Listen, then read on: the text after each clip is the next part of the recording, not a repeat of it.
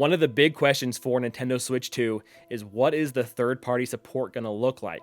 Not to say that it's been bad on Nintendo Switch, but with the better power, DLSS upscaling, and things of that nature, what are we going to see from third-party companies that we haven't been seeing in the past? Are we going to get more of these AAA big-style games that only see the light of day on PS5 or Xbox Series consoles?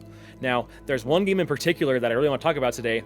I think it poses an interesting question because we've seen a lot of this in the gaming industry as of late, where games just seem to get delayed and delayed. And with this delay on this game in particular, it makes me wonder if we will see this on Nintendo Switch 2, as well as we got to talk a little bit about just some of the things about this game and why it might have been delayed so much. So before we hop into all that, make sure you hit that subscribe button and like this video so you guys are kept up to date with everything going on here at Trentendo.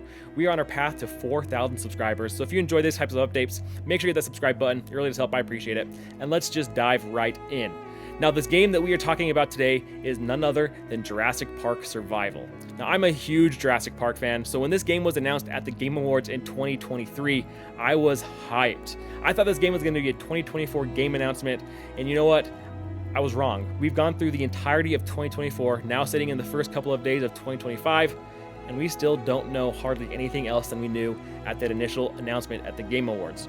Now, Saber Interactive has also shown another dinosaur game that they're working on at this Game Awards in 2024, and that is none other than Turok Origins. Now, this leaves a lot of people wondering what the heck is happening with Jurassic Park Survival.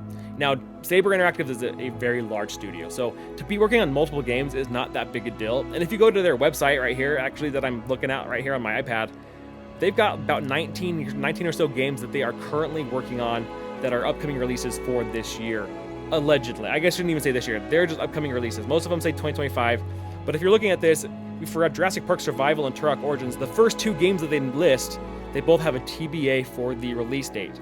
So, what is going on with Jurassic Park Survival? Why haven't we not heard about this? Now, development times always seem to be getting longer and longer. But this has been a problem with Jurassic Park games, it seems like, for a long, long time. Not only on this current iteration. But if you go back in the past, on some previous consoles, there's been Jurassic Park Survival type games that never saw the light of day. They end up getting canceled. So I think a lot of fans, at this point, they might be right to be worried if this game is actually going to even see the light of day because it's been so long since we even heard about it. Now, the good news is that it's still on their website. If you go to Saber Interactive site, it's actually, like I said, the very first game that they show on their upcoming games and recent releases and things like that. So I think that we are good there. Now, how does this tie in Nintendo Switch 2? Like I said, there's a lot of games that I'm hoping to see on Nintendo Switch 2 that maybe we haven't been getting in the past. Now, Saber has done things with Nintendo in the past, so it wouldn't be, out of the norm for them to bring something like this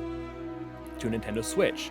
Now, we saw games like Hogwarts Legacy that hit Nintendo Switch last, a couple years ago at this point, and that was a big game that, honestly, I never thought was going to be able to come to Nintendo Switch. Now, that was something that we looked at, and despite it getting a later release than the PS5 and the Xbox, it came to Switch, and it wasn't quite as great as it was on those other consoles, but it played, and it worked, and it was an okay experience. Like, it wasn't the premier experience, but if you had a Nintendo Switch and you wanted to play that game, that was a perfectly valid way to do it.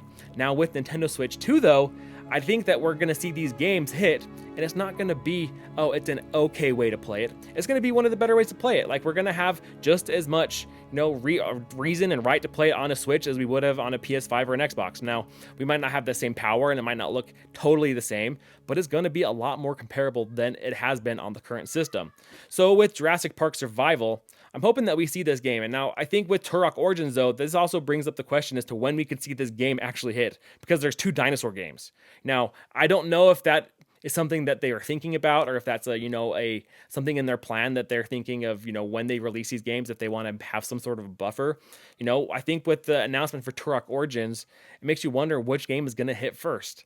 Is Turok Origins further along the development cycle than Jurassic Park? I have no clue. I don't know if many of us do know. So we'll have to wait and see. But I think like I said, with this delay that's kind of maybe it's not been a delay. It seems like it's been a delay. I don't think you announce a game in 2023 and don't give any sort of update in 2024 if there's not some sort of internal delay. So I think maybe if we see some of these types of games, that are kind of getting delayed, is that a sign that maybe they want to hit Nintendo Switch 2? Now, I don't, like I said, I don't have any information. I don't know if this is the case. This game might still not ever see the light of day on a Nintendo Switch console. But it's interesting to think that some games like this that we could potentially see on a Nintendo console here in the near future. At this point in the video, though, I'd love to hear your guys' thoughts down below on what you think we will see from third parties on Nintendo's next console.